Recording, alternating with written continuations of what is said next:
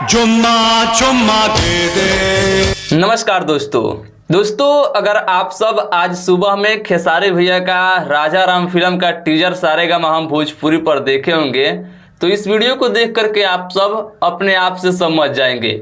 लेकिन फिर भी मैं एक बार बता देना चाहता हूं जिन लोगों को पता नहीं होगा। देखिए, ये वीडियो है खेसारी लाल यादव जी का राजा राम फिल्म में एक गाना है चुम्मा चुम्मा दे दे।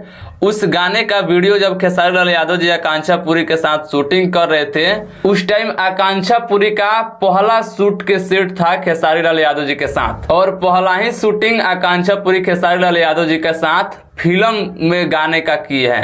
तो ये अपने आप में बहुत बड़ा बात है।